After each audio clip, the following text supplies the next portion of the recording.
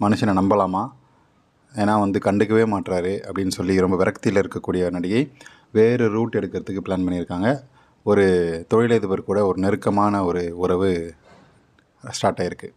So அது already பழைய உறவு தான். இப்போது புதுப்பிச்சுக்கிறதுக்கு ஒரு வாய்ப்பு கிடச்சிருக்கு. அதை பயன்படுத்தியிருக்காங்க இந்த நம்பர் நடிகை.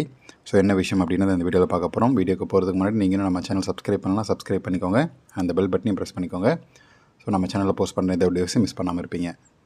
இந்த நடிகைக்கு 40க்கு மேலே வயசாயிடுச்சு.